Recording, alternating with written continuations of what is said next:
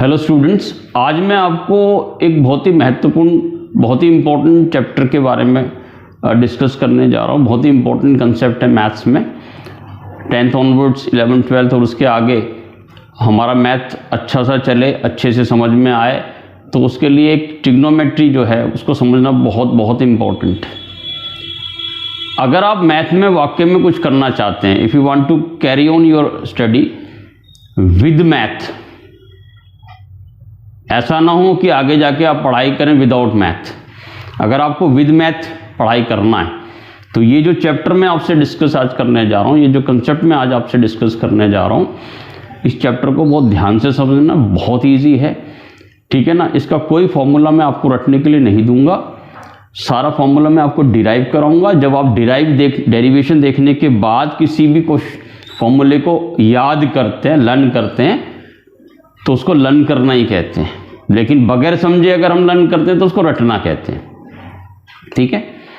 तो बहुत ध्यान से समझना, बहुत इंपॉर्टेंट है, बहुत इजी भी है।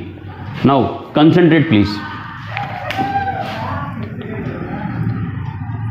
इस कंसेप्ट का नाम है ट्रिगोनोमेट्री।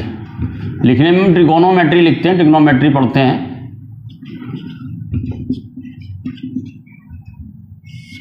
हिंदी में इसे कहते हैं त्रिकोणमिति। त्रिकोणमिति, ठीक है। अब मैं एक एक करके इसके जो टर्म्स हैं वो मैं क्लियर करूं। ट्राई का मतलब होता है 3,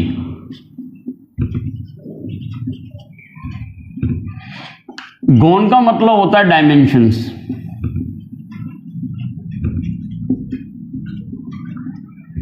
और मेट्री का मतलब होता है टू स्टडी, ठीक है।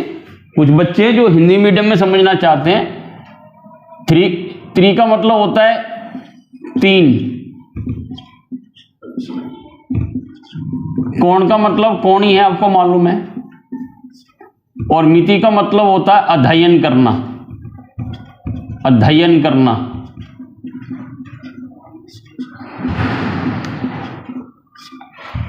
यानी कि जो ट्रिग्नोमेट्री है वो एक राइट ट्रायंगल, जिसको हम समकोण त्रिभुज कहते हैं, उसकी साइड्स का जो एक रेशो है, उस रेशो को हम अलग अलग नाम से जानेंगे, वो मैं आज आपसे डिस्कस करने जा रहा हूं। और इस ट्रिग्नोमेट्री में अपनापन है, क्योंकि महान गणितज्ञ आर्यभट्ट, उन्होंने इस ट्रिग्नोमेट्री में बहुत कुछ किया है। उन्हीं की देन है ये ट्रिग्नोमेट्री, त्रिकोणमिति, ठीक है। 3 कोणों का अध्ययन करना है या 3 डायमेंशंस का अध्ययन करना, ठीक है, तो वो आप सीखेंगे इसमें। तो इसमें जो ट्रायंगल होता है वो होता है राइट ट्रायंगल।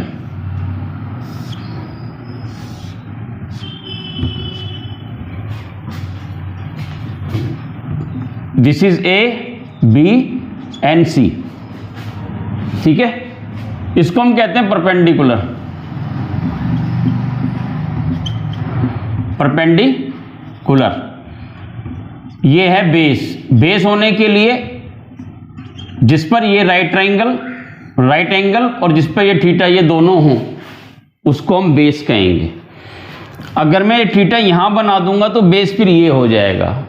इस बात को आप समझना प्लीज। और ये होता है हमारा हाइपोटेन्यूज।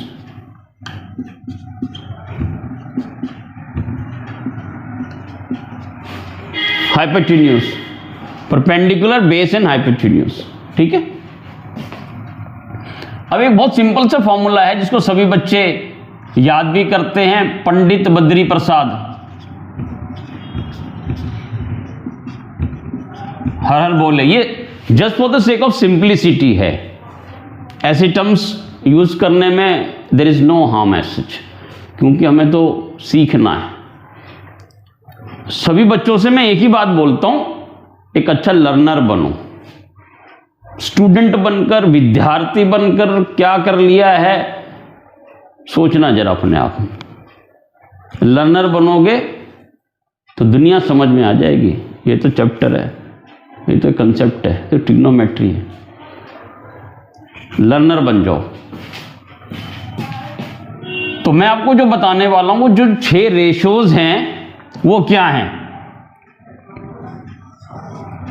देखो, अगर पी का मतलब क्या होता है, ये जो परपेंडिकुलर है ए बी, और एच यानी कि ए सी, यानी कि ये वाली साइड और ये वाली साइड का जो रेशो है उसको नाम दिया गया साइन थीटा। मैं इसका पूरा जो नाम है वो यूज कर रहा हूं, बाद में इसके सामने शॉर्टकट लिखूंगा इसका। तो इसको हम साइन थीटा कहते हैं।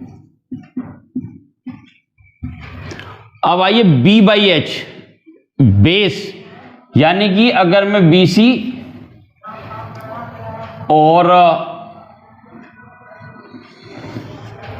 ए सी, अगर मैं बेस और हाइपोटेन्यूज यानी कि इन दोनों साइडों का, इन दोनों भुजाओं का मैं अनुपात लेता हूं तो उसका नाम होता है कोसाइन। ठीक है, उसका नाम कोस पड़ा, कोस थीटा, शॉर्टकट में हम कोस थीटा भी कहते हैं। पी बाई बी, पी का मतलब परपेंडिकुलर, तो पी कितना है, A B upon base B C. अगर मैं इस साइड का इस वाली साइड से जो अगर मैं रेशो लेता हूं दोनों साइडों का, तो उसका नाम दिया गया है tangent,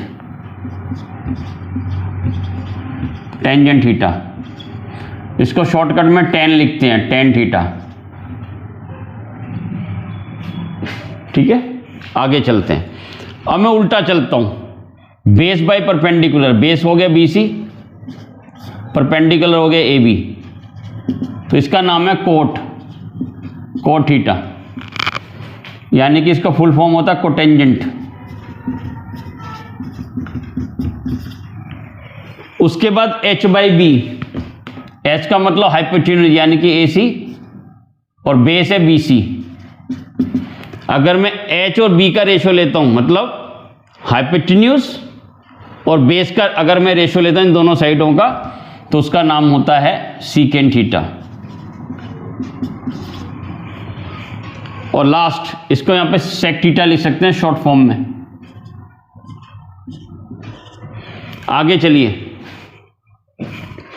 H by P, H by P, अगर मैं एच और पी का रेशो लेता हूं, एच का हो गया ए सी और पी का हो गया ए बी, तो उसका नाम दिया गया है कोसिकेंट थीटा, कोसिकेंट थीटा। ठीक, तो ये जो 6 रेशियोज आई हैं आपके सामने, पूरा का पूरा ट्रिग्नोमेट्री इसी पर बेस्ड है। एंड आई एश्योर यू, जब भी आप मेरा ये सारा वीडियो देख लेंगे, ट्रिग्नोमेट्री पार्ट 1, 2, 3, 4, 5 जहां तक भी कंप्लीट हो पाएगा, मैं आपको सारे के सारे फॉर्मूले डिराइव कराऊंगा, अब से लेके 11, 12 तक के सारे complete package of the trigonometry. ठीक है, आप इसको वीडियो को ध्यान से देखो, उसके बाद इसको शेयर करो।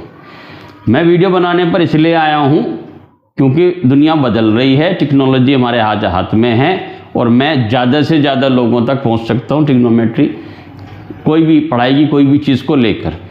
ठीक है, तो this is a new era, and अब हम ग्लोबल रिच की ओर आगे बढ़ रहे हैं। ठीक है, ठीक। और कल क्योंकि 1 फेब है, फरवरी है, कल यूनियन बजट आना है, तो इन नेक्स्ट माई वीडियो मैं आपको बजट के बारे में डिटेल में बताऊंगा। ठीक है, नाउ यू सी, इसका जो शॉर्ट फॉर्म है वो साइन थीटा है, ये कोस थीटा, इसको टेंजेंट थीटा कहते हैं, टेन थीटा, इसको कहते हैं कोट थीटा, इसको कहते हैं सीकेंट थीटा, और इसको कहते हैं कोसिकेंट थीटा।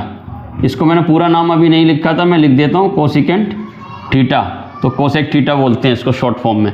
तो अभी तो आपको सिर्फ ये लर्न करना है, ये एक ही फॉर्मूला है जो मैं आपको लर्न करने के लिए दे रहा हूँ, बाकी सारा फॉर्मूला मैं आपको डिराइव कराऊंगा, और ये भी कुछ नहीं है, P/H, B/H, P/B। ठीक है, तो आप